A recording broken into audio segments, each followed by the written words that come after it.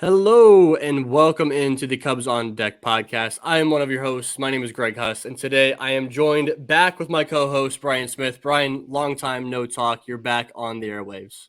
I know. Happy New Year, man. Good finally catching up again. Are you frigid over there up in Chicago? Oh my gosh, it's nuts up here. It's so cold.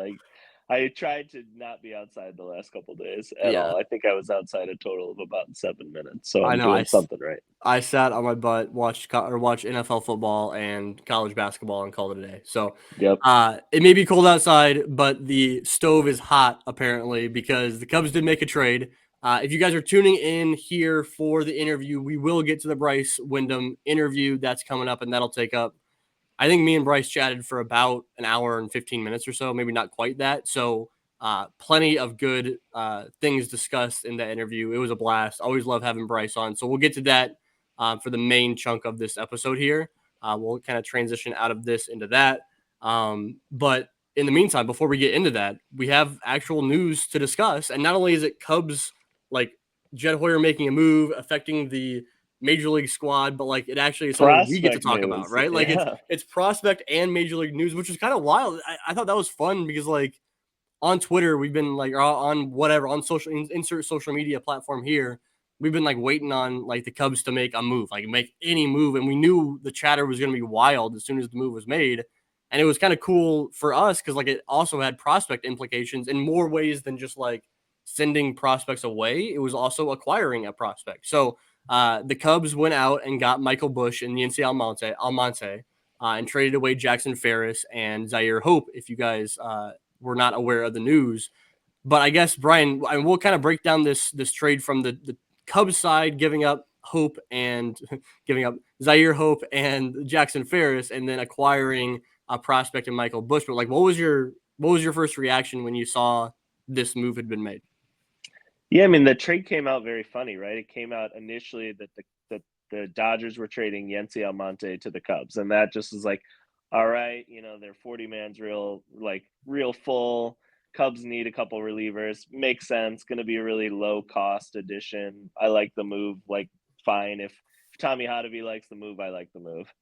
And then we got the tweet that it was a bigger trade than that. And you're just like, I don't understand how these two teams, both of whom have ambition in 2024 to be pretty good, match up at all.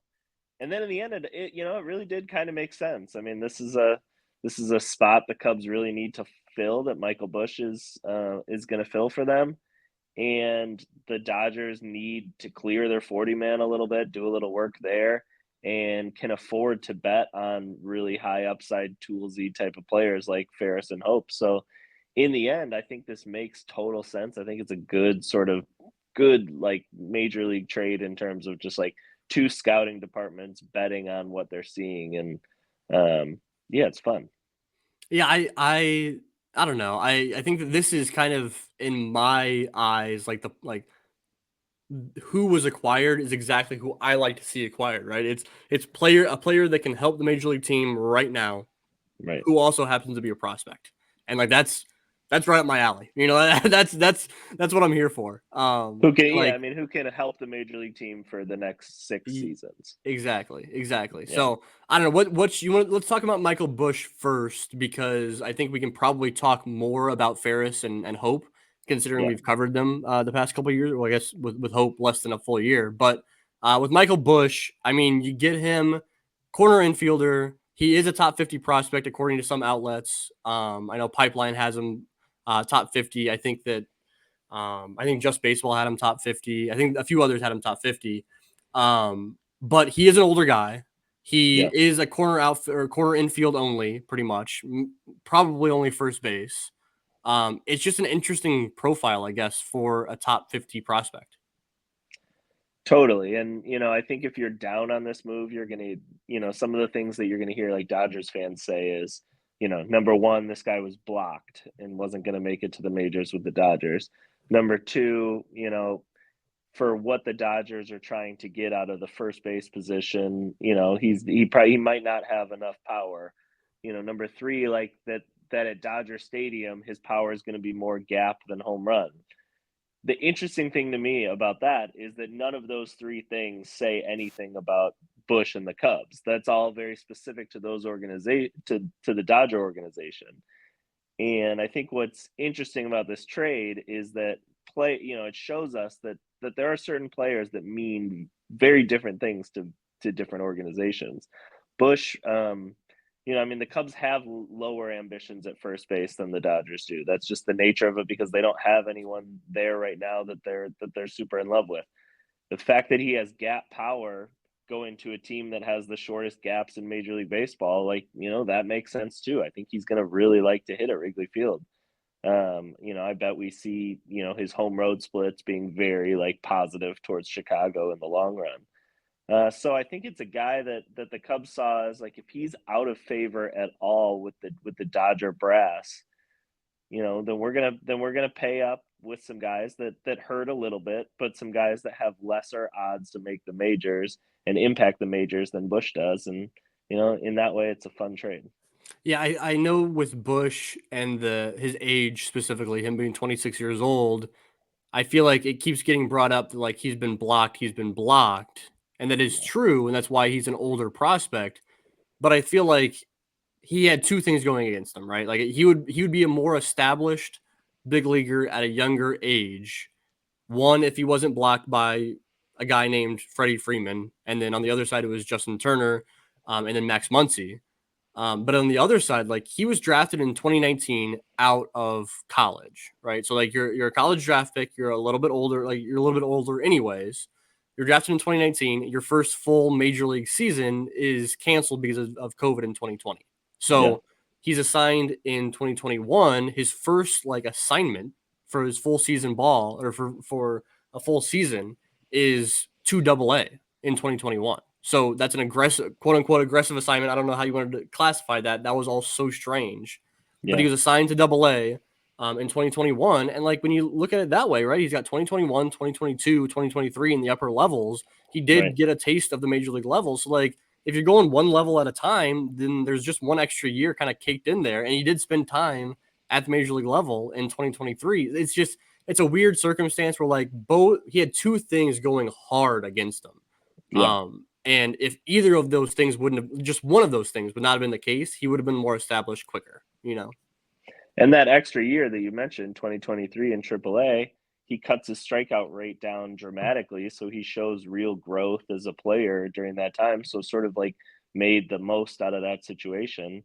That to me is that's the big thing that I wonder if the Cubs are betting on. If you think that the contact rate that he showed in AAA this year is real, if you think that he can be a guy that strikes out less than maybe, I don't know, call it 23% of the time or something, then I think he's going to be a really helpful player to the Cubs for all 6 seasons.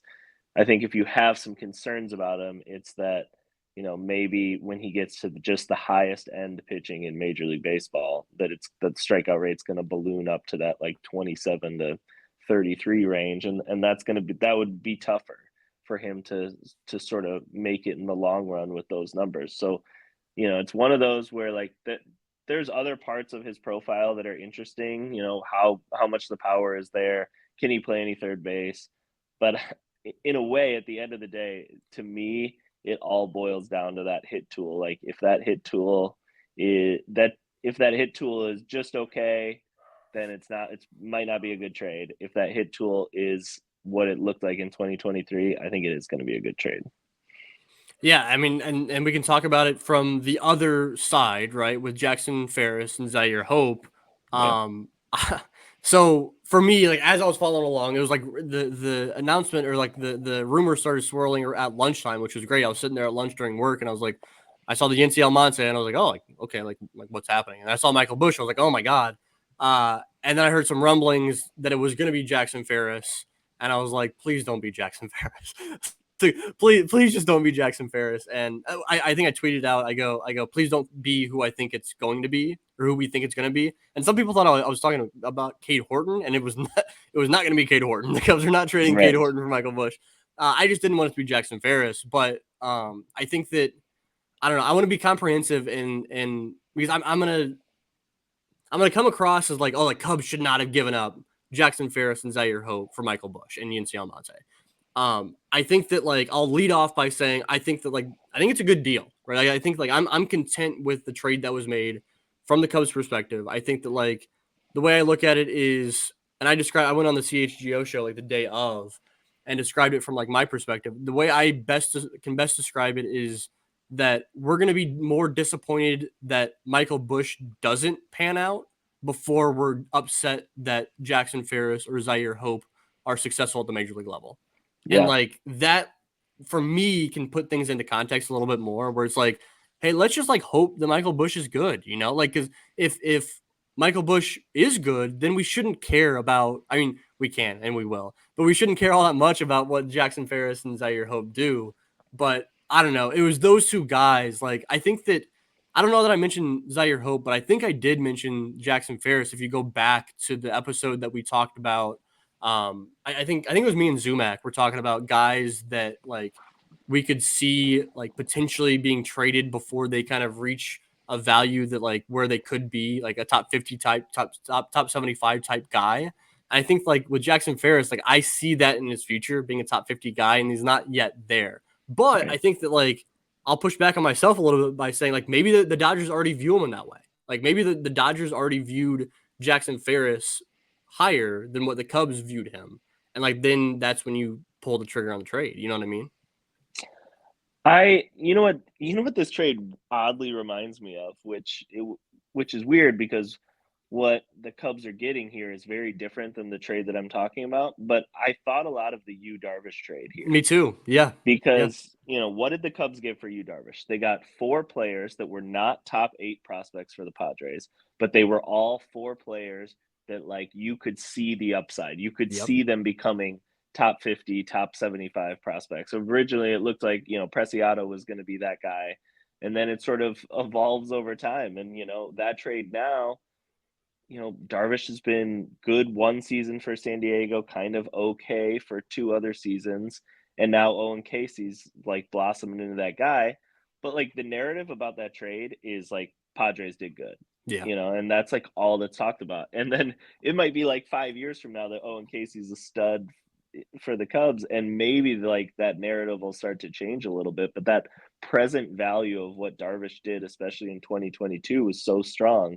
And I think that could really happen here. Like the Cubs gave up 2 guys that are, maybe you have Ferris 7th or 8th, but really like not top 8 prospects, but guys that absolutely could be top 50 guys. And so, we'll see how it evolves a little bit, but like this is, I think, where baseball's gone a little bit, where a pitcher, especially with a bunch of upside in the future, has about as much trade value as a 26-year-old first baseman about to reach the major leagues, even if deservingly Busch is a better, like higher on prospect list than Ferris. Just in the open trade market, their value is actually pretty similar. Yeah, that's a good point. It's a good reminder that like prospect rankings and trade values are not the same thing at all. Yes. Yeah. I know. I was saying the other day where it's just like the Cubs also value Michael Busch a little bit more based on not having that third baseman or first baseman established. So like they find more value in Michael Busch than the Dodgers, obviously, but then another team, because like they can play Michael Busch at first base. They can get him a full season's worth of at bats at first base, assuming they don't sign Bellinger or Hoskins, So there's more value there. It's to me, it's just the teams are acquiring 2 completely different profiles, right? Like Michael Busch is there, like he is ready for the big leagues. Jackson Ferris and Zyhir Hope might not ever reach the major leagues. They might both be top 50 prospects. They might both reach that full potential, but like they're both still so volatile. Like they're both teenagers that have only been to low A, and Zyhir Hope hasn't taken a bat in high A. He was just assigned to the roster. Right. So as much as I think Jackson Ferris was my 8th ranked prospect in the organization, as much as I thought that Zyhir Hope that I was the clearly high guy on him, ranking him 13th, like I'm still totally okay with the trade that was made. Good. I was worried about you, especially with Hope being involved. That was a real gut punch. It felt like they were picking on me, right? Like it felt like the Dodgers were like, you know what? I saw Greg's rankings. I want to rip his heart out. That's Is fair. now when you want to reveal that you've been working for the Dodgers pro scouting department for the Yeah, last 6 yeah. months? I'll show you my paycheck. Yeah. All right. Anything else you wanted to hit on with that trade? No, I'm excited to see what else the Cubs do now that like this kind of move is possible and just, came out of nowhere. Like could we see sort of one other move, whether it be for a reliever or another bat that surprises us and shows that like they're willing to get creative using these prospects to get guys with player control. Um, it sort of opens up a lot more being on the table than just Cody Bellinger. I think that it says a whole lot that the Cubs were able to acquire a starting major league position player this year using two players that were not like the the big dogs that we expected to like get moved. Like without moving a Triantos, without moving a Casey or Alcantara, without Yeah. moving Alexander Canario, without moving one of those guys that we kind of like we could see these guys getting moved. The fact that they could acquire that level of talent for a couple guys that are much lower or like lower on lists and stuff like that is impressive. And I think it goes to show how confident the Cubs feel in their development system in developing a guy like Jackson Ferris or Zyhir Hope in a different route, a different type of player. Right. Yeah. I mean, someone like Drew Gray now, like, has a lot. He's a lot more important to the organization because he's also sort of stepping into the hope that Jackson signified to the organization. But I think it says something about what the Cubs think about their pitching development, that they think, okay, we can turn this guy and he's going to be the prospect that Jackson Ferris is in a couple months. I do think they believe that a little bit. Yeah, I agree. I think that Drew Gray's like I'm excited for Drew Gray 2024. That's for sure. Yeah. So, all right, man. Let's go ahead and I didn't want to spend too much time on this because we have a full episode still left to go with Bryce Windham. You guys can check. I'll do the full outro at the end here, but I appreciate everybody following along on YouTube, on all the platforms, and all that good stuff. So I've put out a few prospect profiles in the meantime. I want to plug that here. I don't think I did during the Bryce Windham interview. I know we have. Over at the North Side Bound YouTube page, I've profiled Picro Armstrong, I've profiled Alcantara, Owen Casey, Matt Shaw, and Jefferson Rojas. I've got a couple more. I think this week I'll have Ballesteros and Triantos dropping as well. So Nice. lots of position players that I'm profiling over on the YouTube page. So please go check that out. And in the meantime, here's our interview with Bryce Windham. We've got AAA Iowa Cubs catcher Bryce Windham. Bryce, thanks for coming on the show, man. Greg, man, I appreciate you having me. We haven't had me and Jimmy had you on the old show on Growing Cubs back. You might have been our last guest on that show back in 2022, I think is when we had you. Yeah. I don't know, but we have seems yet like to have so you on long this ago. show as we're doing Cubs on Deck. We haven't chatted in a hot minute. A lot's changed between now and the last time we chatted, dude. A lot's changed, man, and I feel so different, and I feel like I'm in such a different headspace from when we last chatted. Yeah, lots changed. Yeah, we're gonna get into a lot about what's changed and what you've been about over the last couple of years. But I want to start off by we were planning on recording this on this Monday initially. We talked about we'd thrown out this Monday, but this Monday was the national championship for college football, and your boys, Michigan, took home the Natty. How you feeling right now? Oh man, it feels good. I was way more excited to watch them play Alabama than I was to watch them play Washington. And no disrespect to Washington, but it's like, it's just more. It just meant more to beat Alabama than it did to beat Washington. But I'm happy. Finally since 1997. But yeah, I've always been a Michigan fan, and we're always ranked in the top 10 every year, and Yep. we just couldn't get over that hump. Third consecutive college football playoff appearance, and we got smacked the first time around by Georgia, and disappointing loss last year. I was happy to see them come back and get it done. What the first? I mean, when were you born? Was this the first championship of your? 96. I was Okay, born yeah. 96. So first of Yeah. your memory, and same First for of my me. memory, and Yeah. my dad has a sweet, got it at an auction. It's framed Charles Woodson jersey with the rose underneath it from '97. That's sweet. That's really cool. It's sharp, man. I wish I should have snagged it from him, brought it over to put it in the background. That would have been cool. Yeah, no, I know that it was you. I mean, really, basically, you guys knocked Nick Saban out of coaching. Is basically what happened, right? That's what I said to my dad the other day. I said, "Man, I wanted to beat Alabama, not retire Nick Saban." I love that guy, man. He's such a good coach, and because to him, him and my dad are similar in the way like everything's it's always more than the sport.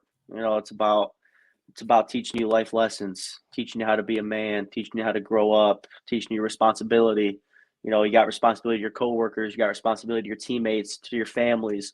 So it's all about life, with that guy, and that's what I really liked about him. Yeah. So we were chatting a little bit before we started recording about your wedding this off season. Do you have any teammates at the wedding, and were any of them hitting the dance floor? That's the big question. So I had Max Bain was there, and I had Delvin Zinn there. Nice, Of course. the man. Delvin's my guy.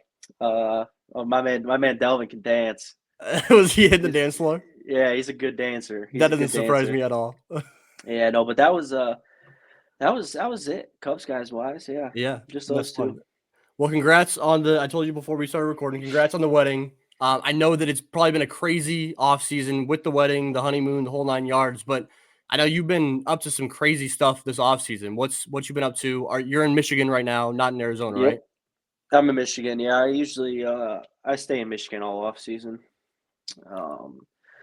My off season schedule, man, it's way harder than the season. Yeah. The season feels like a vacation compared to this. So so I just started finally working out in the evenings. Yeah. Which is nice. I've been kind of waiting for that. Usually, because what's the date? The 11th. I started that last week, so I kind of wait till January to start kind of transition to the evenings. But no, man, for a couple months there, it was Monday through Friday, every single morning, 5:30 a.m. I'm in the weight room. We're getting the sauna, getting the cold tub. And then I go work for my parents, a t-shirt printing business here in Monroe, Michigan. And I work for them from 8 to 5. I get off, and then I'll go hit from 5:30 to 6:30. And then my dad coaches varsity basketball, so we have practice from 7:30 to 9:30. So I'm up at 5, and I'm not getting home till 9:30, 9:45. It's a long day every day. 2 jobs. I mean, like one full-time gig, one coaching in the evenings, and then also getting better in terms of baseball wise, which is, yeah, that's a crazy day. And you're doing that 5 days a week. Well, more than 5 days a week, right? Coaching on weekends and stuff. Yeah, we have basketball practice on Sundays too. So, it's a lot of film, watching film before practice and stuff like that too. But I mean, my parents have worked so hard for me my whole life. So like I owe it to them to really put the time back into it, with them. And, if someday baseball doesn't pan out for me, that's what I'll be doing. So I really have to kind of lock in and learn the business and kind of stay on that side of things. But yeah, I mean, I love basketball, man. It has my heart completely. I told TC, our pitching coach, when I was in South Bend, that I said, man, if my baseball IQ was as good as my basketball IQ, I said I'd be in the big leagues already. Just like the understanding of the game. I just the understanding of the game is, I just get it. I've always gotten it. Even when I played, I knew as much when I played as I do now as a coach. So it's, I was able to. It was kind of a cheat code that way. Have you picked up on like baseball IQ type stuff as like more of the years go on, especially like behind the plate too? I've really picked up on it this year. Yeah. AAA is the level where you're now playing chess. And it's funny because, man, I play chess every single day. I love chess. We play chess in the locker room. I mean, during the season, I'm playing 10+ chess games really? on the board with teammates every day. And that's sweet. Who are you playing in chess? Riley Thompson, he's pretty good. Hunter Biggie, by far the best. I don't think anyone ever beat him. Who else played? Pete Crow played a little bit. He was getting the hang of it. Chase Strumpf, he doesn't like playing against teammates. He likes playing against the computer. It's kind of Okay, that's he fair. wants to just learn. But me and Jake Washer, we just went at it all year. So we'd play, right, and then the game would get done, and then we'd go back to the hotel room, and then all of a sudden my phone would ding, and he'd send me a chess game on my phone, and we'd play like 10 more games. That's And incredible. yeah, I've loved it, man.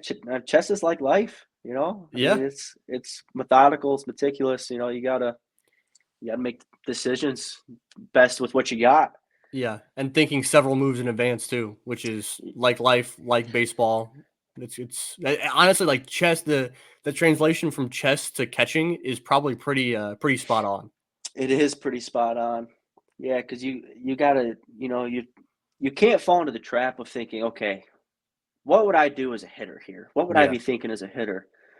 Um, but sometimes you really have to deep dive and understand these hitters and what they want to do, what they don't want to do, and kind of try to expose them in that way.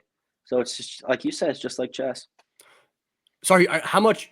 I guess how much in terms of this might be a loaded question, but in terms of like the homework you're doing on hitters prior to the game or like prior to the series, and then the home like the how you're taking things in stride with each at bat. Like how do you balance those two things in terms of preparation and like feel in the moment?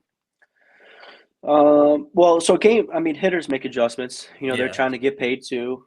They do their homework.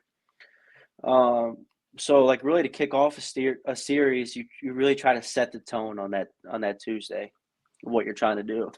So like, if we got Caleb Killian starting on Tuesday and Sunday, we'll really kind of set them up with that like sinker down and away to righties. Just kind of show them that, we're going to do that and kind of maybe live away, show them in. Now Sunday comes, they're watching film on what he did on Tuesday.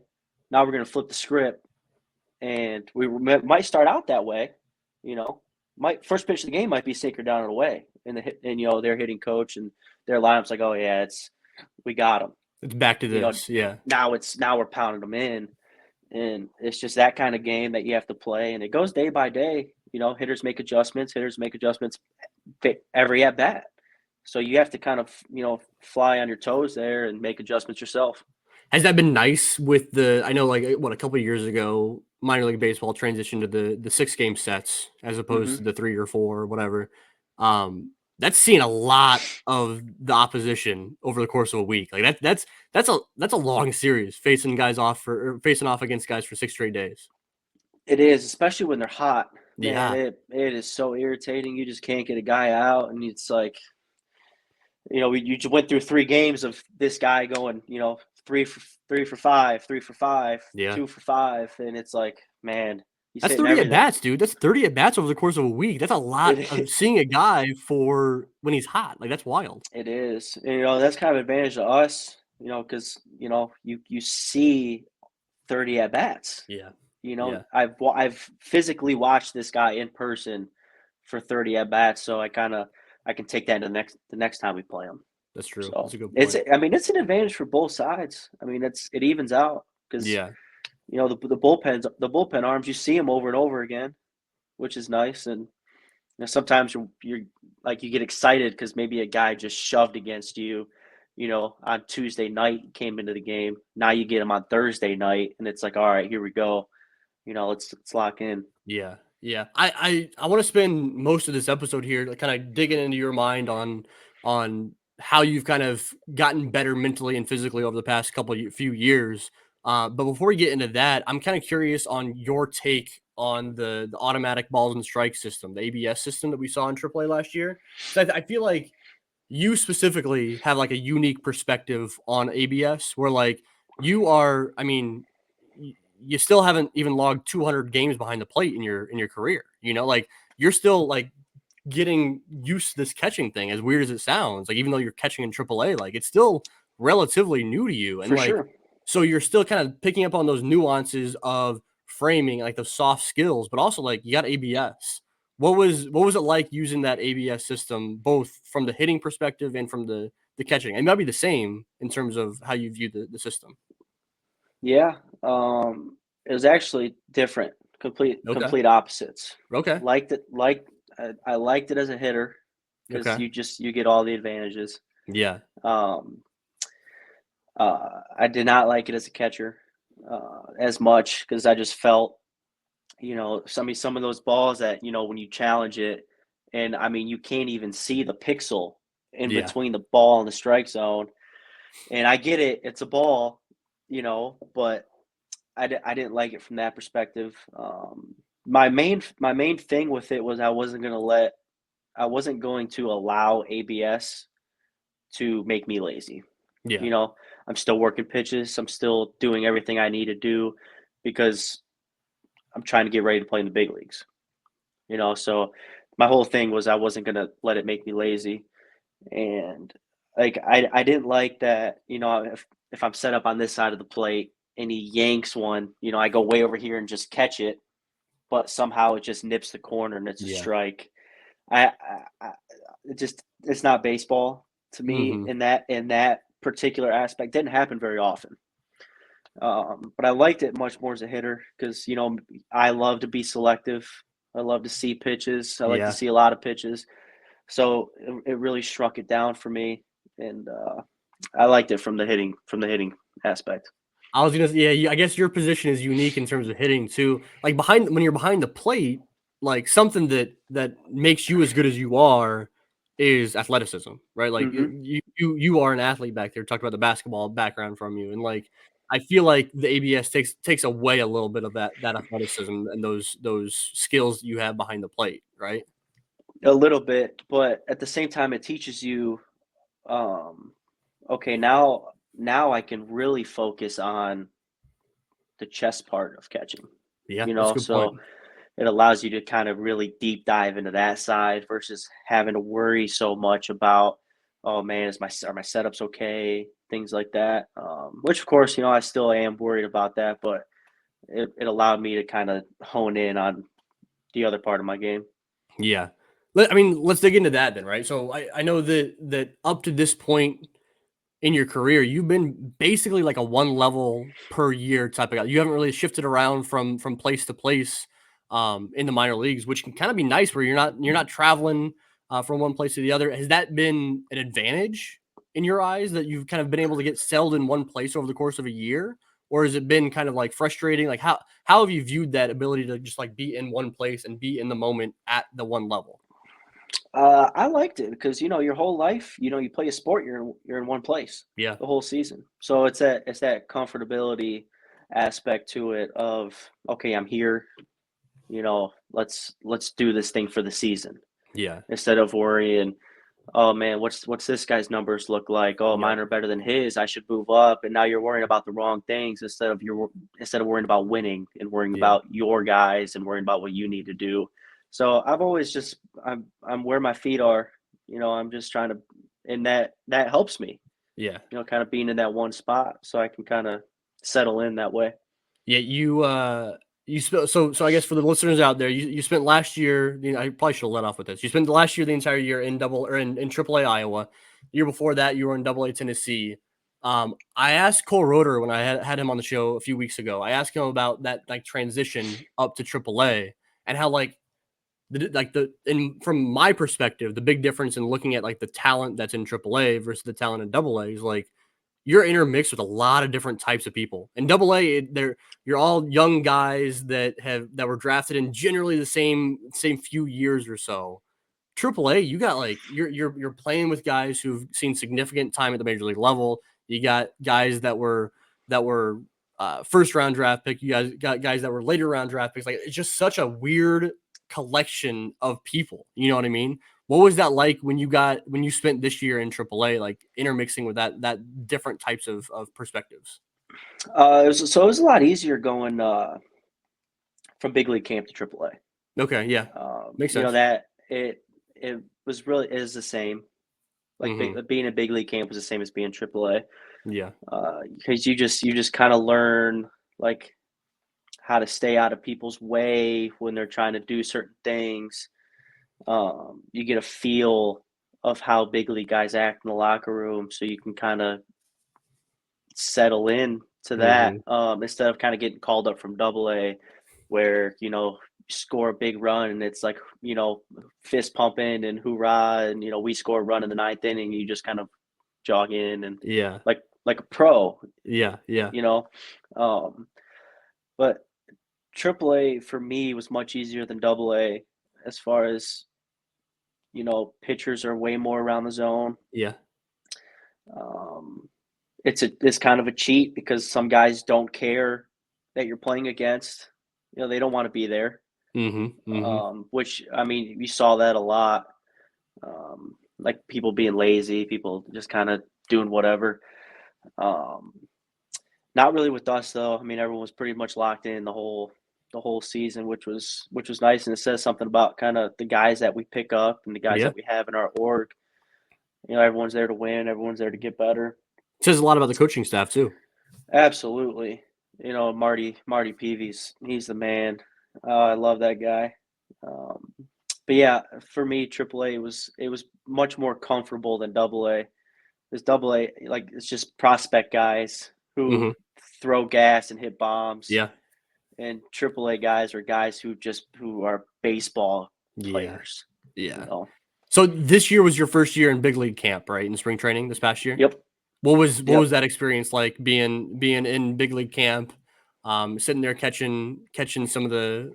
Did you get a chance to like catch Kyle Hendricks and guys like that? I caught Kyle a lot. Caught Stroman some, and it was just cool to see how they operate.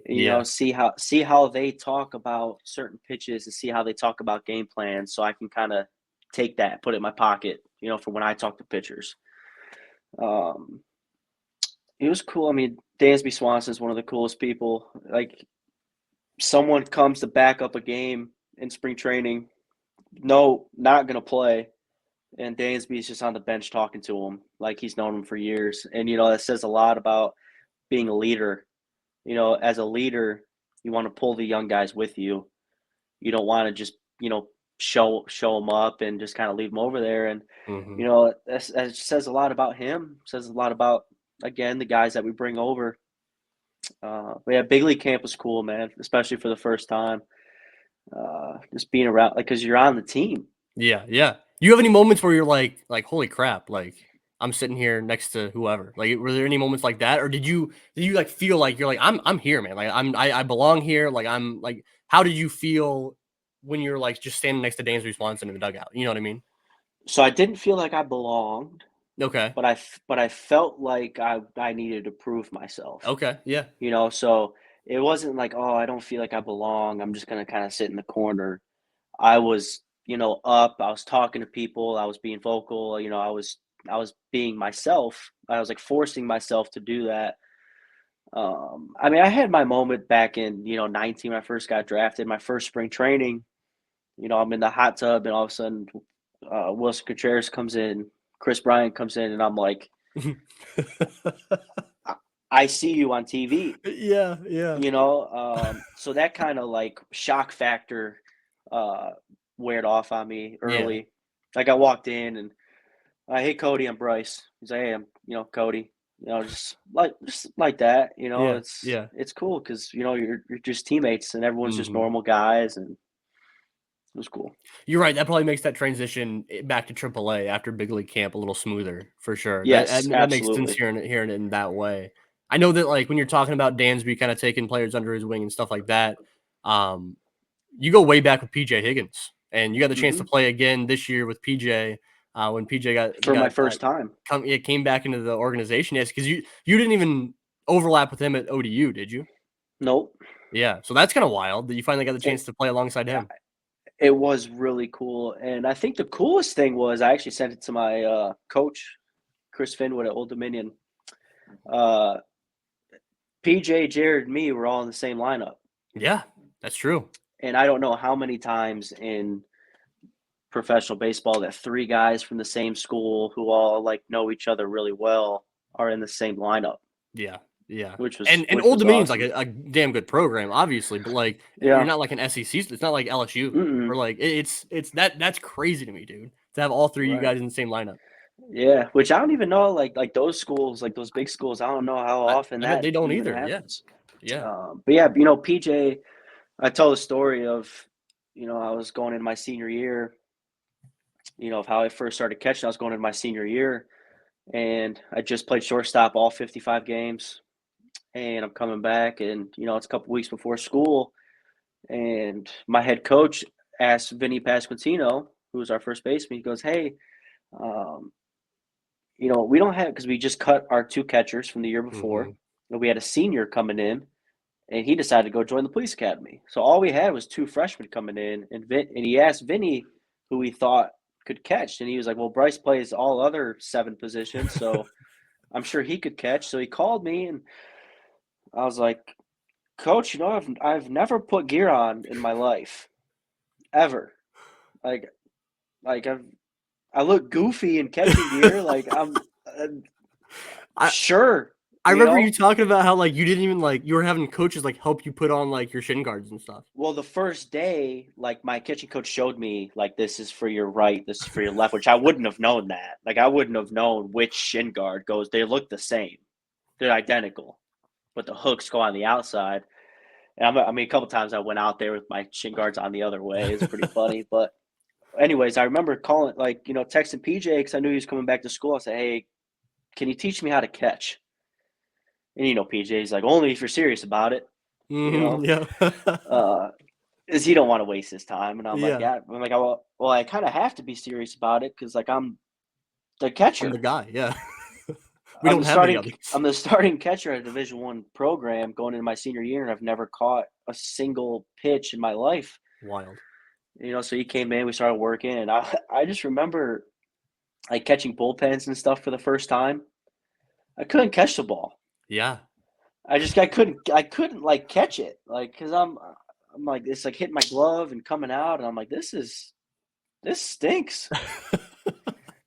But I go out there and I start throwing people out. I get a little bit more comfortable, and I only caught 9, 10 games that year, and I played Yeah. third base the rest of the year, and I got drafted. And my first day out there, I'm taking ground balls. It says Bryce Windham, second base, Yeah. and then someone comes and gets me. He goes, "Hey, Wyndham, you're a catcher." I'm like, "Oh gosh." So now we're here. When you win the pro ball, like were you thinking that you were going to be a catcher, or were you expecting to be a second baseman, or did you not know? I wasn't sure, Okay. Yeah. but I was hoping I was going to be an infielder. You know, You're catching so hard, Yeah. man. It's so Have you hard. felt like you have? I mean, like you as you get more experience, you just continue to climb the ladder. So, like, have you felt like you've been able to get settled in at catcher, or is it something you're still like continually learning as you're climbing the ladder here? I'm ready to play in the big leagues. I Yeah. feel. I feel I'm ready. I'm. You know, I've put my time in to catching, and I'm not the greatest catcher by any, but I just mentally I feel like I am ready Yeah. Yeah. for that challenge and for that step. And that's how I'm going into spring training. I'm going in there to compete. There's it's not more show that I belong, but it's show that I'm here. Yeah. Show that you know, I am that next guy up that you can Yep. count on. And it really comes down to just being consistent behind the plate, being consistent at the plate. And this year I felt like I really proved that I could play at that level. Because it was pretty much all year long. I broke the tip of my thumb, which was just unfortunate on a stupid play. But I came back ready to work and ready to do that. So I I think that I could have this wrong, but I think you ended up putting up the highest batting average this year than you have in your pro career. I think maybe down in in Mesa my you put up in higher. my yeah, I think in Well, rookie ball, yeah, I hit like yeah, but 330 yeah, but or outside something of like rookie that. ball, I think that was the high. Yeah, This is the highest average you but put up, no, which is wild in AAA. yeah, That's crazy. and it was a blessing having John Maley as my hitting coach because in Double A, everything was we need to hit more homers, we need to hit more homers, we need to hit more homers, we need to hit more homers, and so now I'm swinging from my hip, just trying to generate the most power that I possibly can, and I started losing myself of the reason why I got drafted, of the reason why I'm here. And John Maley, he came up to me and goes, "How does Bryce want to hit? What's comfortable for you?" So I stand upright, up like that. He goes, "All right, we're gonna hit like that." Because the way he explained it to me was, listen, if your career ends tomorrow, you want to be able to go home, lay down, and know that you went out the way that you went out.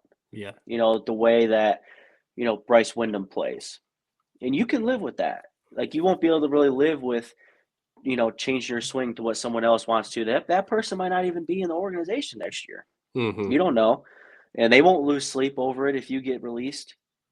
So it's like, just be you. And that's what I did all year. I just tried to get on base.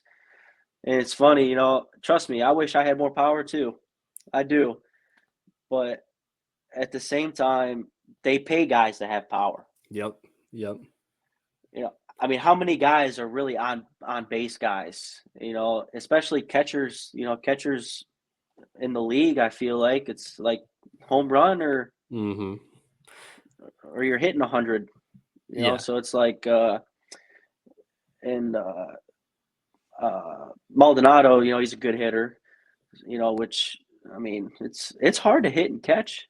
Oh yeah, dude. I feel like I have on whether it's on Twitter or whatever become the you guys better watch out for Bryce Windham guy. So like listeners out there listening to this episode and like know that. But it's like I just think that I view your game and like that value that you bring defensively, but then also like you said, you don't see a whole lot of catchers that can bat 290.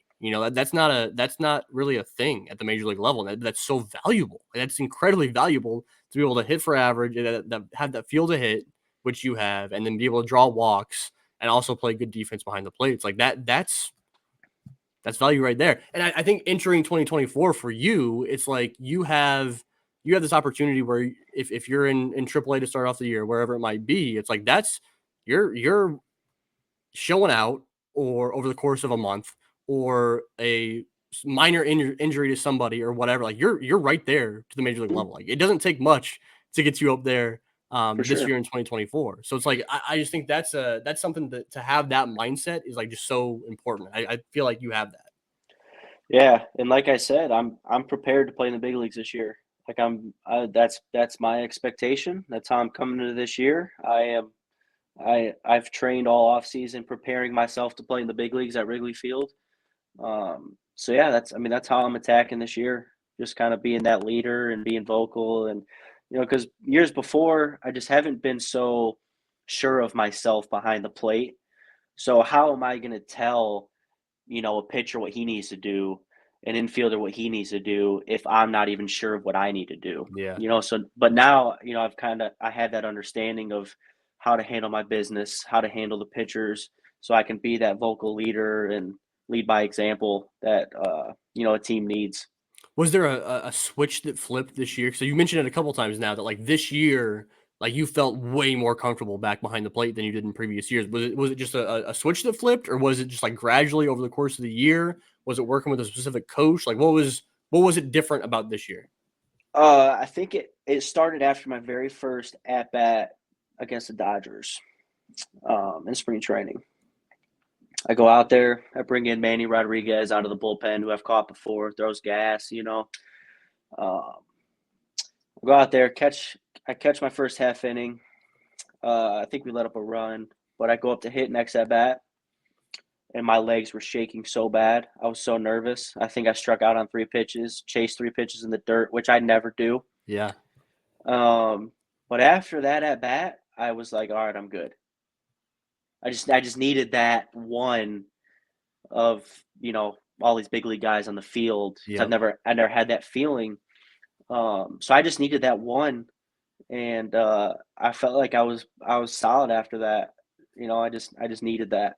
You just needed to know what ain't it, and you figured out that wasn't it. So something else has got to Exactly. be like that's what made it flip. Yeah, that makes sense. So I learned how to kind of slow my mind down and slow my Yeah. body down after that. I mean, I was so you could have threw me absolutely anything, and I was not getting a hit, and absolutely not. So just being able to do that mentally. Was there anybody in terms of pitchers that you worked with, whether it was in spring training or in AAA in Iowa this year? Was there any pitcher that you worked with that like you felt like you learned a lot behind the plate by working with that pitcher? Kyle Hendricks, when he came to AAA, he was really good with his. He's very vocal, because obviously he's just rehabbing, preparing to be back in the big leagues. So he's taking it seriously, but his mind's more open. So you can like talk to him and see what he's thinking. So like him, Caleb Killian, who has a great mind for the game, Cody Hewer, Ben Brown, all these guys who are just absolute studs up on the mound, kind of just digging into their brains. They all think differently. Yeah. They all throw differently. They all have different mixes. So just kind of being able to take things from them and apply it to other people is kind of what I learned. Yeah, that's actually really the three names that stick out. What you just said was Kyle Hendricks, Caleb Killian, and Cody Hoyer. And those three throw very. I mean, like how Kyle Hendricks throws. Obviously, he's command like crazy and Yep. movement in all different directions. And then you got Killian that kind of has that spike curve, that curveball that is strong. You have Hoyer, who's the slider and the fastball hitting triple digits. Like those are all three very different types of pitchers. So it's like if you can get the hang of all three of those guys, then there's not a whole lot of pitches specifically or like ways in which guys work. I mean, they're all three righties, obviously, but ways in which guys work that you haven't already seen before. It's like just the more work you get with different pitches, with different pitchers, like you can translate that to other guys, I feel like. Hoyer's awesome, man. He comes into the game, and my man is just so fired up. Yeah. I mean, talk about the anti-Hendricks. I mean, you see them clips of like Ed Reed before games. Like that's how like when Cody comes in out of the bullpen onto the mound, like I am so fired up to go back there and catch. Yeah. I love that guy. There's some guys that just bring a little extra juice. He's one of those guys. Sure is.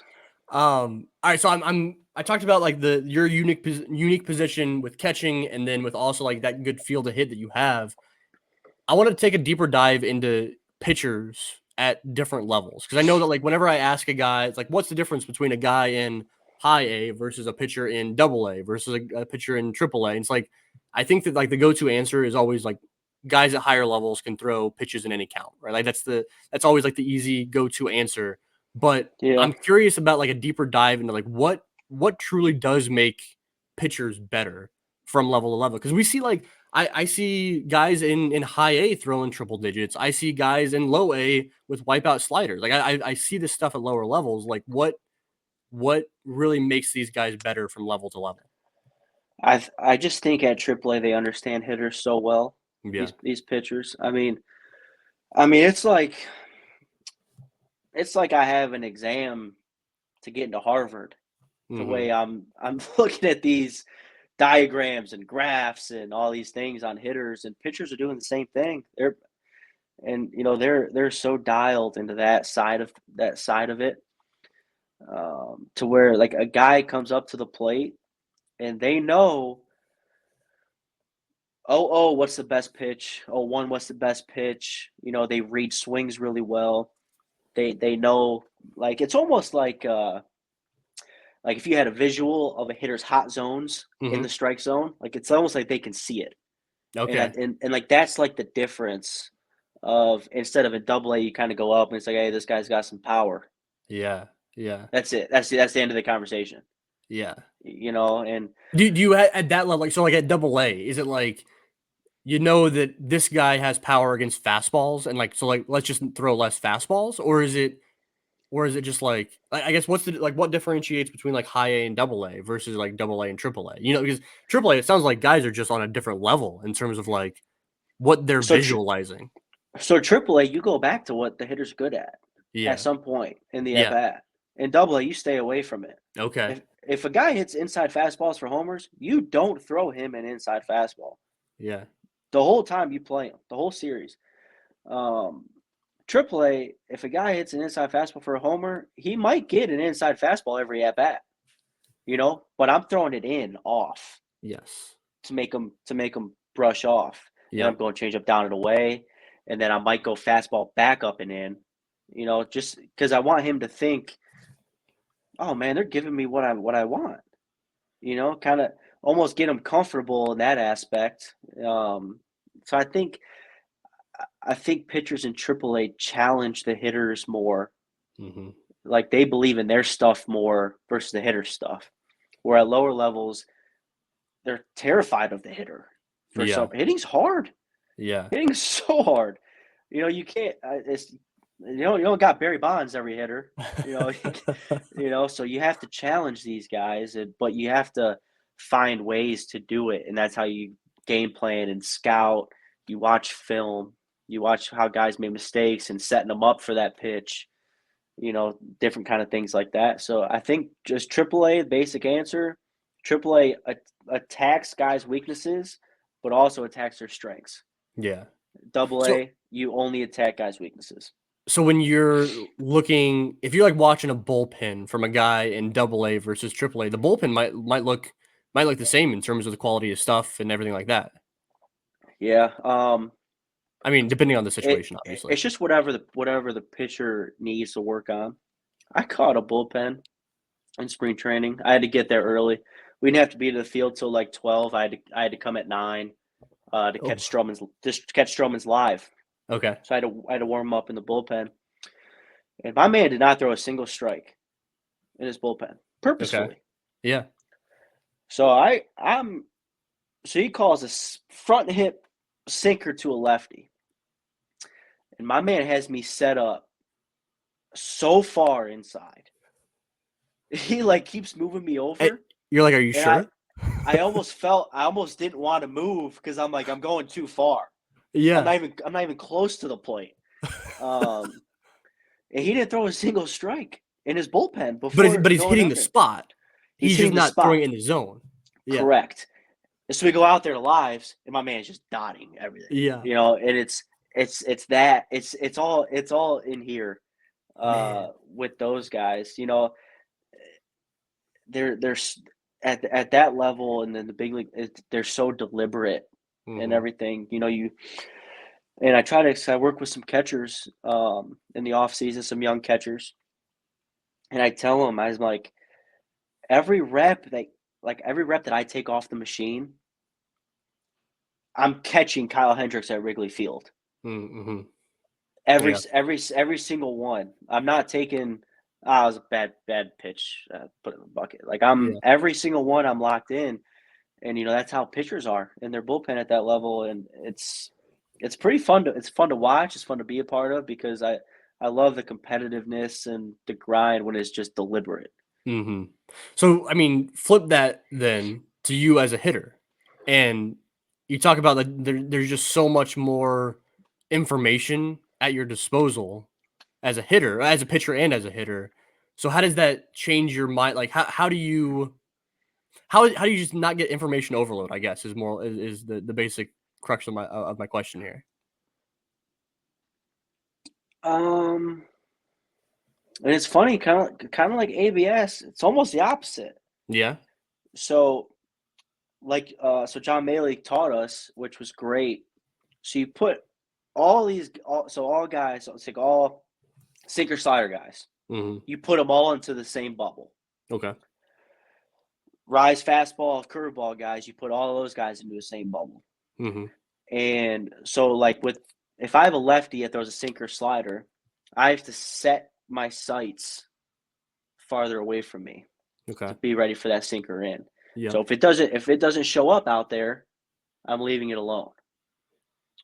So it's almost like you try to make it simpler in that aspect of it's you are looking where you're looking. If it doesn't show up there, it's not yours.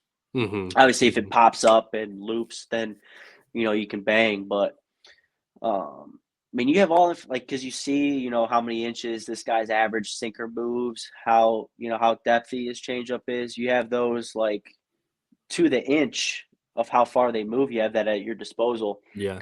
But when you're getting ready to hit, it's like if a guy comes in, I would walk up to John Maley and I go, "Hey, where am I looking?" Okay. He goes, "Hey, you got to get him. You got to get him out over the plate." So I got to get him away from me. So Yep. all I know going into that at bat, all I know is what pitches he has Yep. and where I'm looking. That's the only thing I know. I don't know I don't know what percent he throws his fastball inside. Like Yep. I don't like to know that kind of thing. Well, it Some allows guys you to probably react. do. It again, back to the athleticism. It allows you to use that athleticism to react to what the pitch is doing. Like you simplify it to the point where like generally where you're looking and what you're looking for, and then in terms of the details, for lack of a Yep, better term, of that offering, it's just see and react in the for best way sure. possible, and that's more advantageous to guys that are more feel to hit over power. And that, like, kind of like again, that plays to your advantage there. Because beforehand, lefty comes in. Let's say he's 75% sliders. Mm-hmm. All right, I'm sitting on that thing. Mm-hmm. Yeah.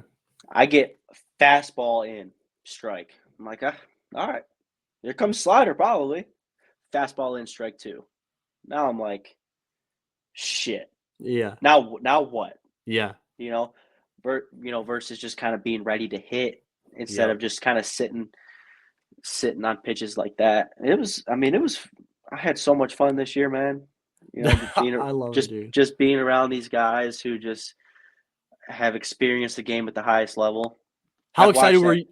Sorry, go ahead. Go ahead. Oh, I was gonna say I've watched that dang David Bodie Grand Slam video on YouTube at least 100 times this year. It just gives me goosebumps every time I watch it. What was it like playing with Bodie this year? And Bodie he's such a good teammate. Such a good teammate. I mean, like he's not afraid to tell you what you need to do. Mm-hmm. He's vocal in that aspect of a leader, but I mean, he just carries himself in such a professional way. You see him with his kids, with his wife, and how he is as a dad.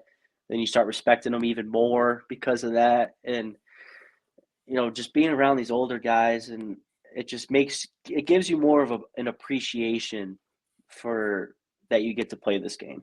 Mm-hmm.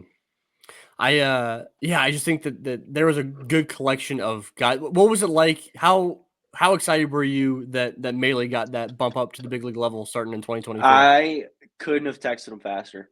That's awesome. I love that. I couldn't have texted him faster. Me and him, we had such a good relationship because, I came in early and I was still doing the things I did last year. I did them in spring training.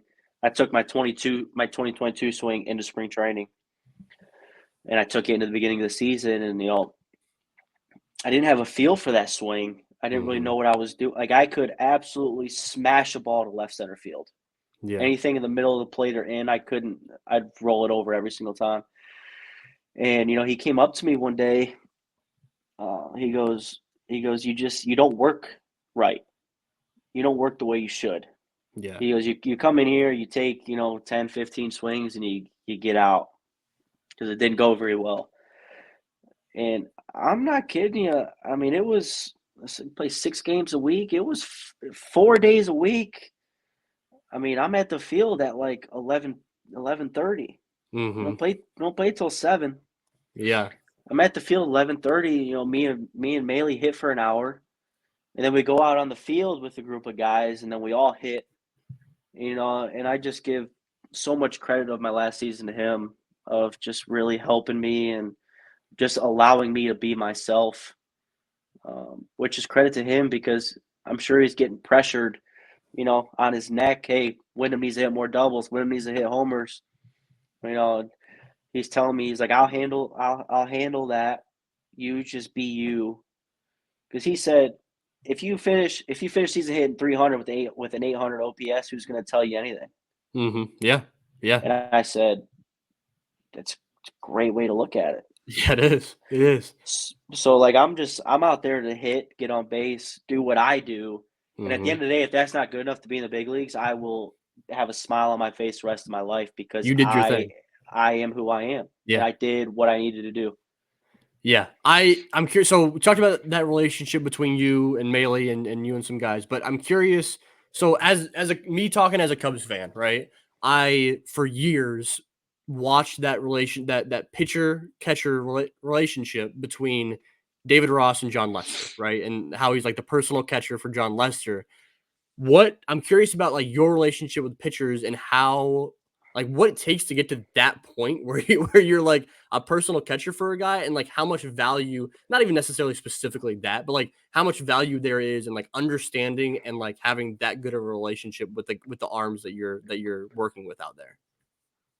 Um, I want my pitchers to feel like I will absolutely die for them on the field.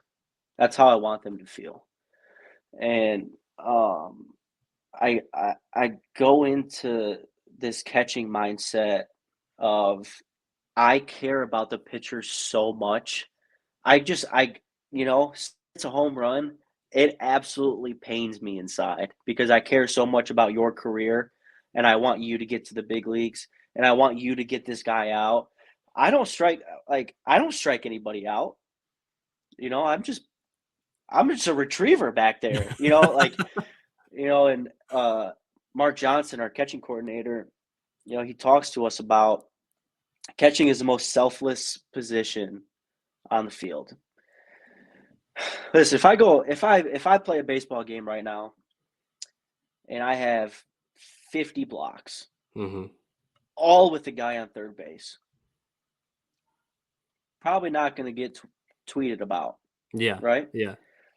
But let's say I had those 50 blocks and then here comes the 12th inning and I miss a block and the guy scores and they win. Now the Twitter friends come around. So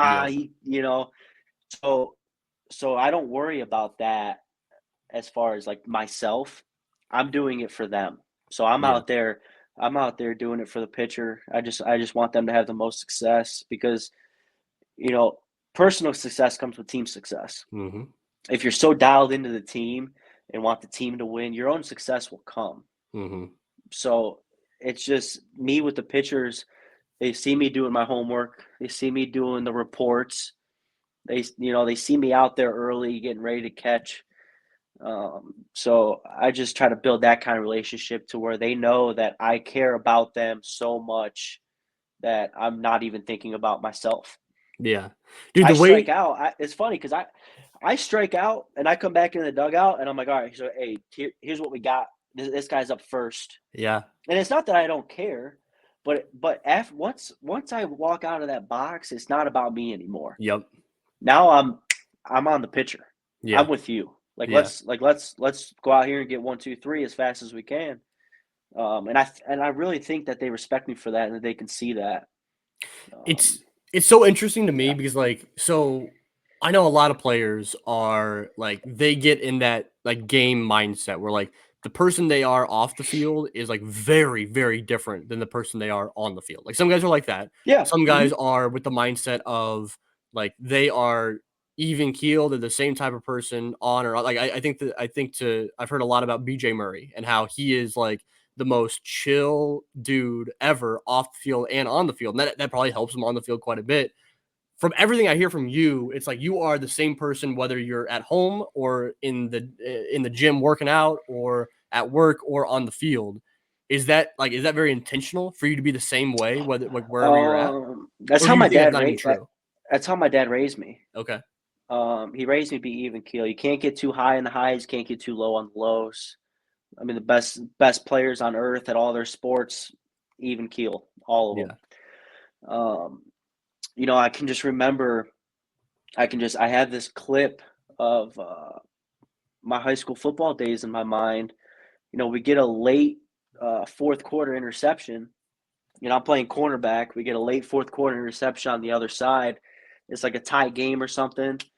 And, you see the whole bench, you see the coaches, everyone's jumping up and down, and you just see me just walking to my head coach, taking my gloves off, ready for the play. Yeah. To play quarterback. Yeah. And so, if like I could have a conversation like this at first base. Yeah. Yep. I think it's important to be like that because you're gonna go over a stretch. It's just all about how you respond. It's like my dad tells his players, mistakes are gonna happen. It's all about how you respond to them. If I miss a block and a run scores, and you're a fan back there and you see me just kind of walk in with my head down back to the ball, you're like, oh, this guy's down on himself. Yep. I got him again next round if I need to because of how he's reacting. Yeah. Yep. And the whole team's looking at me. Yep. I can't be like that. Mm-hmm. And I don't want to be like that, but I can't be like that because everyone's looking at you. You can't be Mr. Rah-Rah or Mr. I'm feeling sorry for myself. You have to be that consistent leader and just stay even keel. Dude, I think this plays well to something you said when we talked to you back a couple of years ago, and I will never ever forget this. You were and I'm paraphrasing what you said basically, but Okay. it was something about like that you want that 0-2 count. Like you want to get in, like you'd rather not be in an 0-2 count, but like Right. that 0-2 count is like you thrive off of that. Like that's like that lets you like really hone in and like just get after it. And like that what you're talking about now is exactly why I think that you like getting that 0-2 count. You know what I mean? Yeah, I mean, I'm in that 0-2 count, and my mindset is you're not taking food off of my plate. Yeah. I'm here still. Mm-hmm. Like you might think you won, but I think I'm winning. Yeah. It's just that mindset of you're always competing no matter what it is. Yeah. If I'm playing chess, I'm competing, in chess. So it's just that constant competitiveness. I want to give you the chance to talk about some of your teammates here in a bit. We've talked a decent amount about them so far, but first is there anything else you wanted to talk about your game, about what you've been working on, about how you kind of envision next year going, anything like that you want to talk about before we move on to some teammates? I'm trying to think.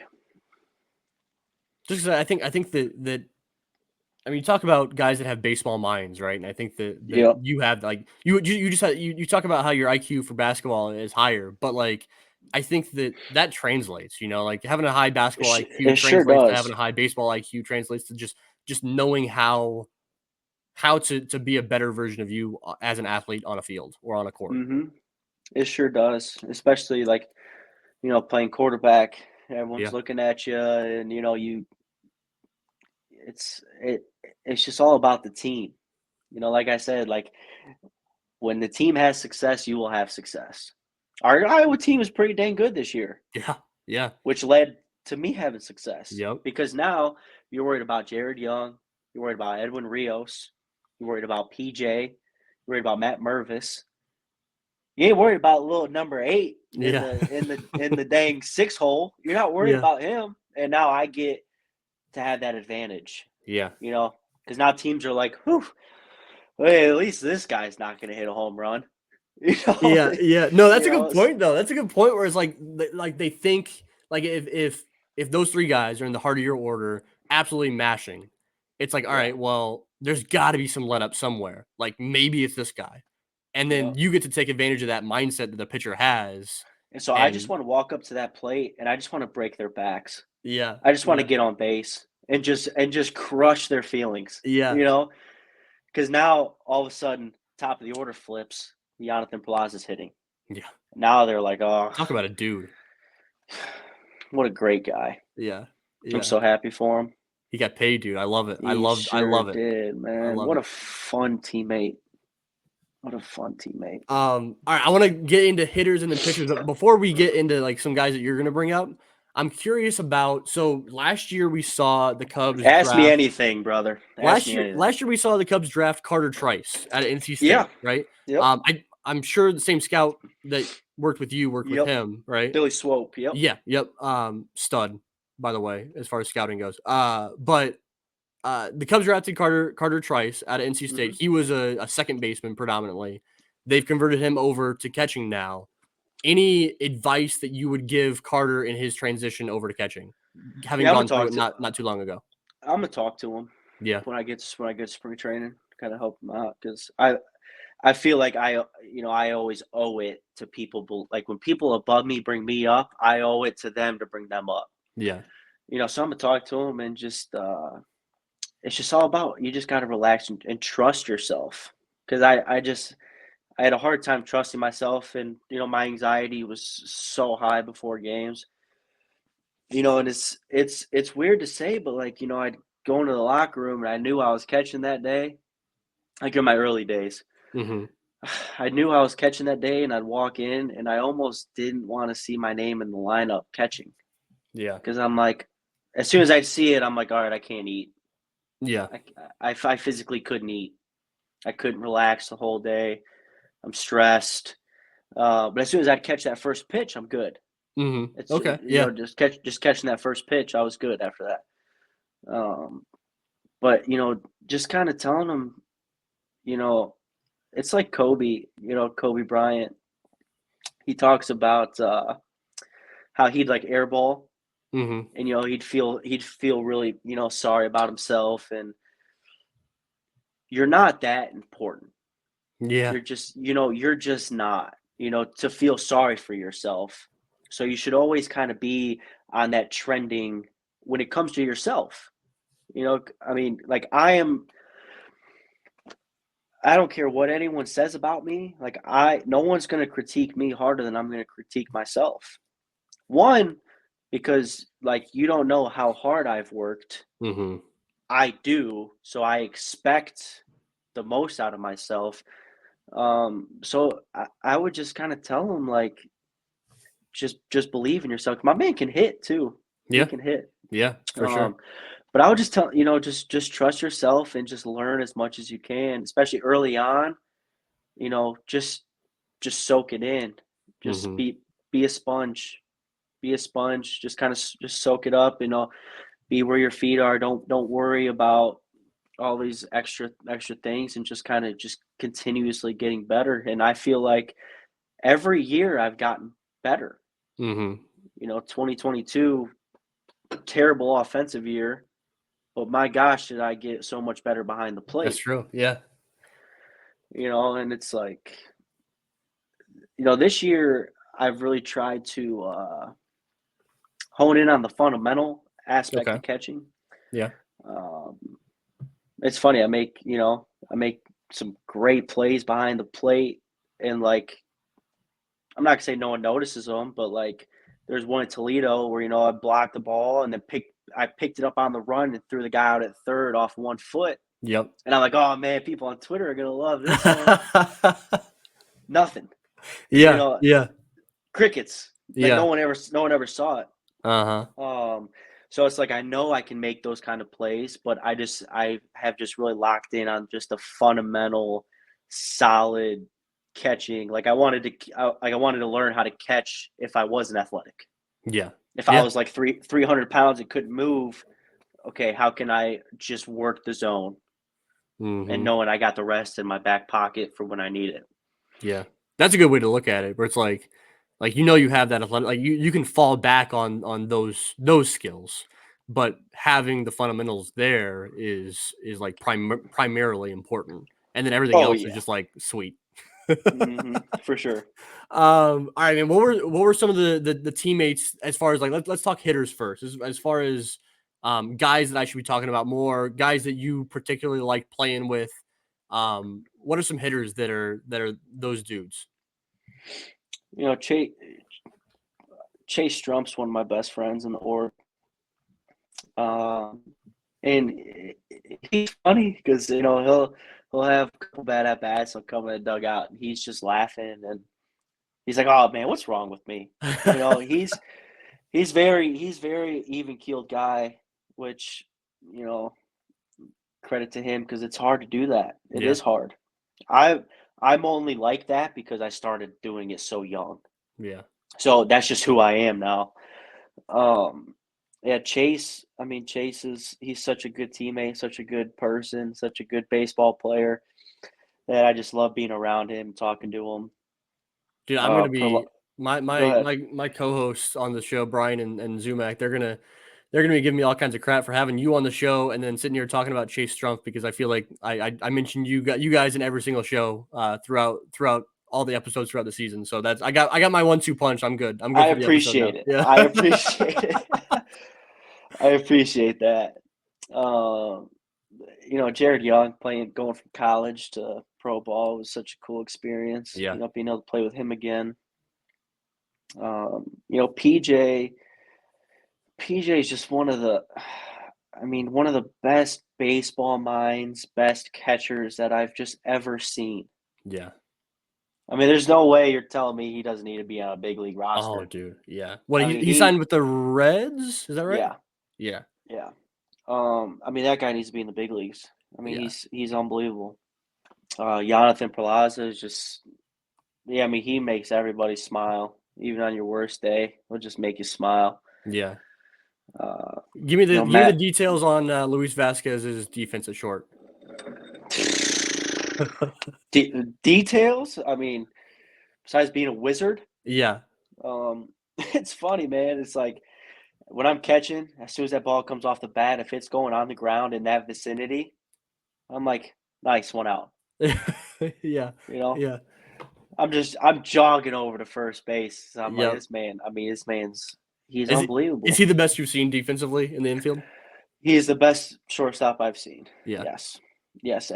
From any other teams, he is the best. And man, I just love my teammates are just great people, man. Like Louis is such a good person. I mean, we're just in the locker room talking about he loves basketball too. We're in there talking about basketball. We're at Omaha playing the Uh-huh. Royals, and they got a basketball court out in left Okay. center field, Okay. Yeah. a little short basketball court. We're all outside shooting baskets after, That's cool. and it's just I just love being around those guys and being friends with them. I mean, it's the friendships you build within this game, especially like on your team. I feel bad because like my friends that are at like other levels, Mm-hmm. I don't talk to them as much because I'm so honed in on my team, Yeah. of who's around me and who my guys are. Yeah, man, Louis is just the best I've seen. It makes life easy when I know that the Cubs make a very concerted effort to bring in good dudes. I know, like Hmm. it's one thing to draft and sign players that are freak athletes or just ultra talented, but like they're finding ways to do that, but also bring in good quality human beings too, which makes it a whole lot easier to play with them as you kind of climb the ladder. You know? Yeah, and it's I want my teammates to succeed so bad. Like I almost feel worse when one of them strikes out versus when I strike out because I'm up there. I mean, I'm rooting for them so hard, and I learned that because I mean, again, and in this situation, I'm not going to name anybody, Mm-hmm. but so I was talking to a hitter, Mm-hmm. a position player. Yeah. I was talking to him about a catcher who was on our own team. This was Okay. in like spring training a couple years ago, whatever, some random game, and I was kind of teaching him. Okay, hey, see how he sets up here. Just kind of study how he sets up. So he sets up a certain way. Mm-hmm. His butt is like a couple inches lower fastball. Sets up pretty early. Now his butt's a little higher. Hey, breaking ball. So I was kind of teaching him, Yeah. and he was like, "Are you gonna tell him?" I'm like, "Yeah." When he comes in here, I'm gonna tell him. Yeah. And one of my other teammates was like, "Hey, don't tell him that. Let him just like use that to your advantage. Yeah. Let him fail and use that." And I told him, I said that you have to bring your teammates with you Mm-hmm. Mm-hmm. because when you're it's funny because like you're competing within your team, right? Yeah. Catcher like us catchers on the same team, we're all kind of competing against each other, but we're on the Yeah. same team. Yep. When PJ would go up to hit, I want him to hit a home run every single time. Every single time. I want him to get a hit. I want him to hit a home run. It doesn't matter who the teammate is because when I go up there to hit, I'm expecting myself to get a hit. And I would hope that he would want me to get a hit. And even if PJ is such a good teammate that, he's always rooting for you. Yeah. But I just feel like you always want to bring your teammates with you instead of just competing against them. Yeah. Yeah. So I mean, especially when you're looking, I mean, I think that mindset is especially good when you're thinking about like what is so for that example you just gave, like not telling the catcher that is kind of tipping mhm. pitches here and there, like that might win you like a very small advantage in some way, but like it's not it doesn't make up for the fact of like rooting for him or like being there as a good teammate. Like it's just it's so minute of a thing to like let go by the wayside and hurt him negatively that it's just like it just makes sense for you to kind of prop him up and improve what he can do, you know. And let's put it in the same way. Let's put it in a different way, but same. The feeling of that camaraderie of me telling him is better than the feeling of the advantage of not telling him. So the same way, you know, just What about pitchers? What are some guys that what's some of the better nastier sliders that you've seen or fastballs that you saw during your time in Iowa last year? Oh, man, Bailey Horn's fastball is so dang good, man. Is it? I mean, he has the velo, but is it the ride on it that makes it especially good? It is the ride. I mean, he'll throw it right down the middle, and guys will just swing right under it. Yeah. So with him this year in AAA, it was just all kind of location. So we can't. I'm telling him, I'm pounding my glove on the ground. Hey man, we cannot throw this slider in the strike zone. Yeah. We just can't. So it was just kind of helping him be a better version of himself and stepping up to the next level. And I'm so happy he got a 40-man spot. You know, he deserved it. Guy's electric. So it's things like that of just elevating people to their next level. Ben Brown, forget his pitches. My man is an absolute bulldog on the mound. It doesn't matter if it's 10-0 in the first inning. That next pitch might not be a ball or a strike, but he is so locked in and competing. I mean, he competes harder than any other pitcher that I know. Yeah. And results, throw him out the window, whatever they are. He competes every single pitch, and it makes me want to compete for him. We had a Sunday where, I mean, he got one out, and up to his very last pitch, I mean, he was doing absolutely everything. He wasn't down on himself. He was, give me the ball back, let's go, because he always felt that he was going to get out of it. Yeah. So credit to him for that. Caleb Killian has such a diverse mix, and it's almost those guys are hard to game plan for. Yeah. Because it's like, okay, in this situation, I could throw 5 pitches. Yeah. Which one? Is it like how much do you gauge off of like when you're catching his bullpen before the game? Like for Killian, for example, right? Who has 5 or 6 pitches? I don't gauge it very well. You don't?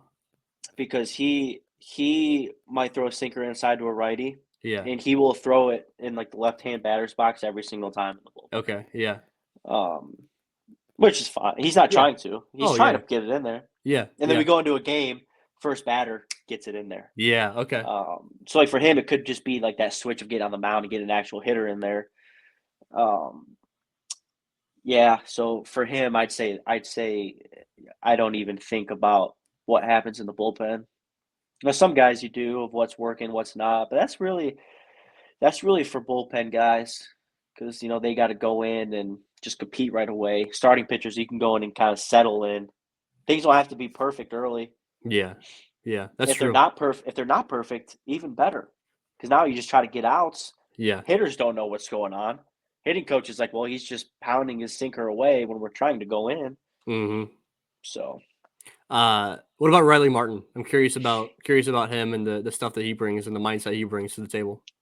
I like playing with Riley. It's my first time playing with him. He's competitive, man. Yeah. He's fiery up there. I think he came up to AAA just kind of like as a challenge. Like, all right, like I'm one step away. Let me prove that I can do this. You know, and he did it. He did it early. You know, he did a really good job. The thing about them lefties, man, is you have to get lefties out. Yeah. Yep. That's if you're gonna be a lefty bullpen guy in the big leagues, you have to get left-handed hitters out. Yep. And that's what he did. You know, and you know, he was locked down his game plan, and you know, he trusted me to kind of, you know, guide him with that game plan. And man, he was a lot of fun. His stuff's good, man. I'm excited for him. If you want some entertainment tonight after we hang up, go look at Riley Martin's college stats over at Quincy University. Just I will. stupid strikeout numbers, dude. Like I will. absolutely ridiculous. It'll be some entertainment for your night.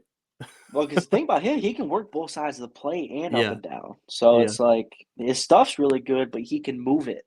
Mm. This thing about like you say double A, triple A, guys fastball might be 100, but can you move it? Mm-hmm. Yeah. Hitters can hit 100 down the middle. Can you throw it in? Can you throw it up? Can you throw it away? You know, so that's just the biggest separator. Last thing, not player related, but I meant to ask you earlier. You talk about Bailey Horn's riding fastball. How much?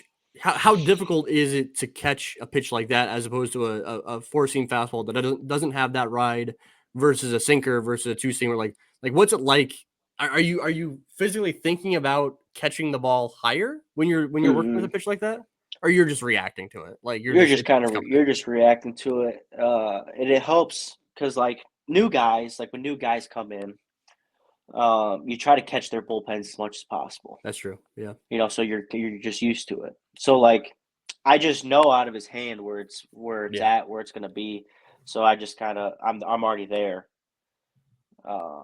Yeah, What about when you're hitting?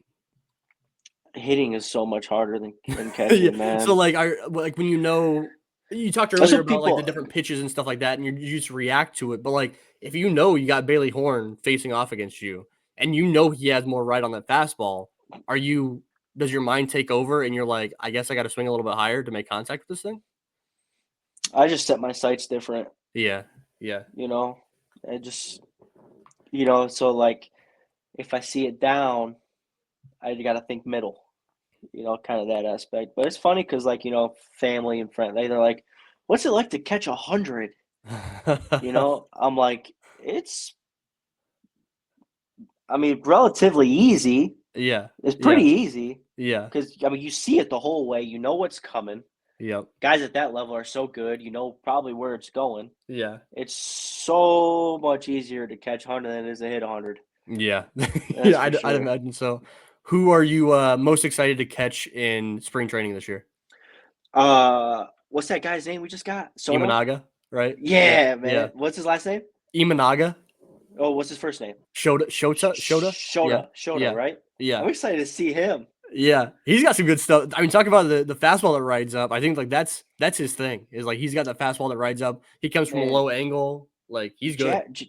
Japanese hitters and pitchers are so smooth. Like Yeah. their mechanics are unbelievable. You know, I always talk about like a Japanese right-handed hitter. Like his pretty swing looks like you would just like you're left-handed. Like we always associate left-handed swings being prettier than right-handed swings. Mm-hmm. Well, I feel like Japanese right-handed swings are as pretty as other left-handed swings, which is wild. They're just so fun to watch. It's so That smooth. is true. I mean, It's crazy.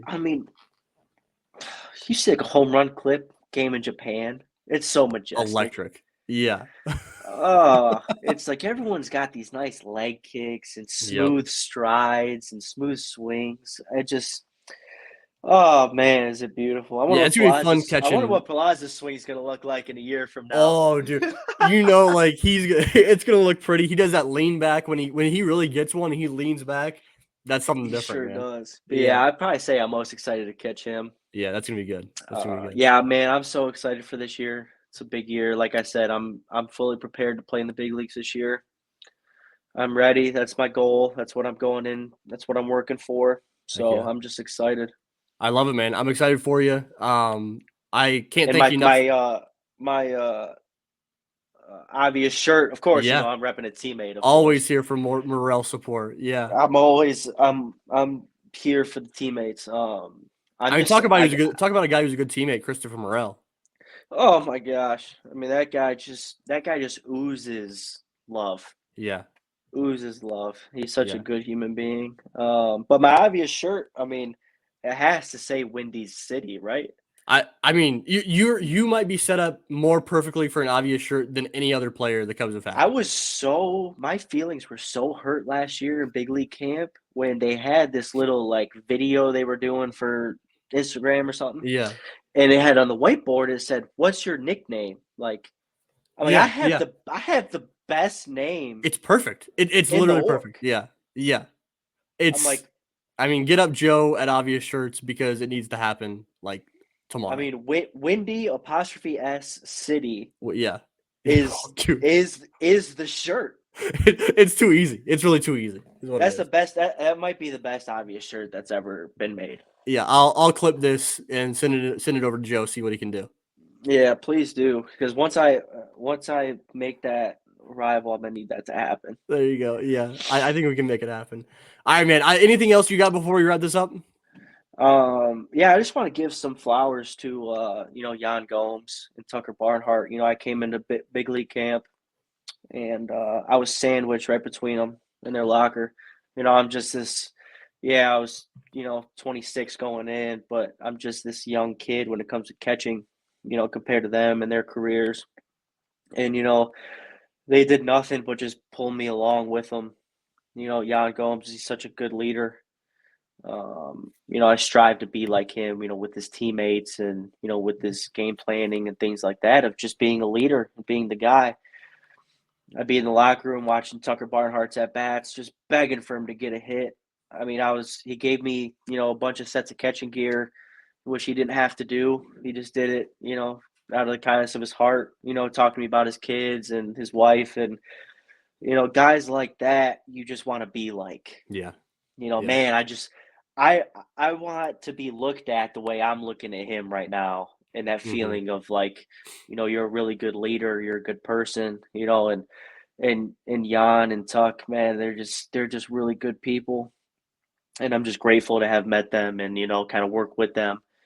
And, I've had a good relationship with Miggy, with Amaya over the past couple of years. And, big league camp, me and him first ones in there every day. We get in there about five something. Me and him, we make a cup of coffee together. We go in the cold tub and the hot tub together. We're just talking. And I told him last year in spring training, I said, I'm so excited to watch you play in the big leagues this year. I'm so happy you're healthy. I'm excited for you. And, he's reciprocated that energy to me. And, that stuff's contagious. Yeah. When you're pulling teammates along with you and you want them to succeed and they can see that you want that for them, it just makes them, that makes them rise up. Yeah. So that's what I enjoy about it most is, when you give people their flowers and you see them kind of grow from that even.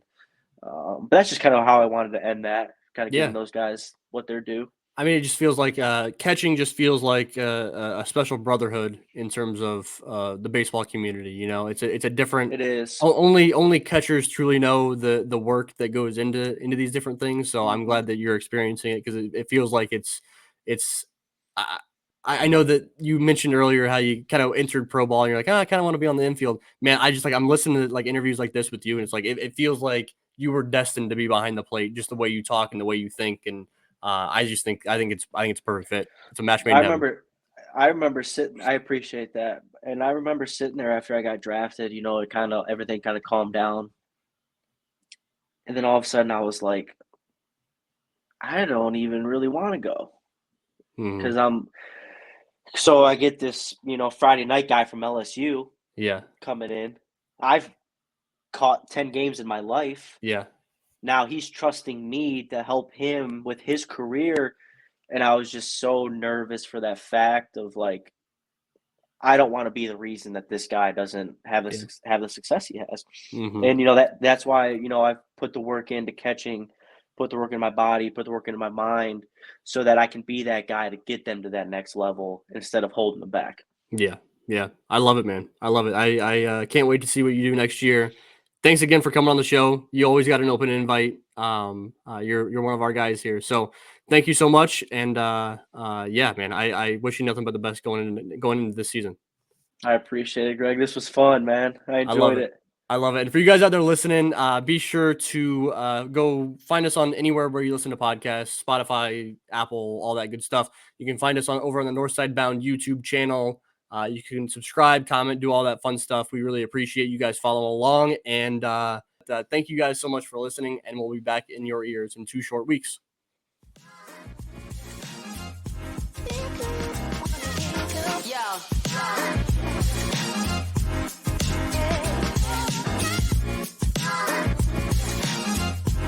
Bye.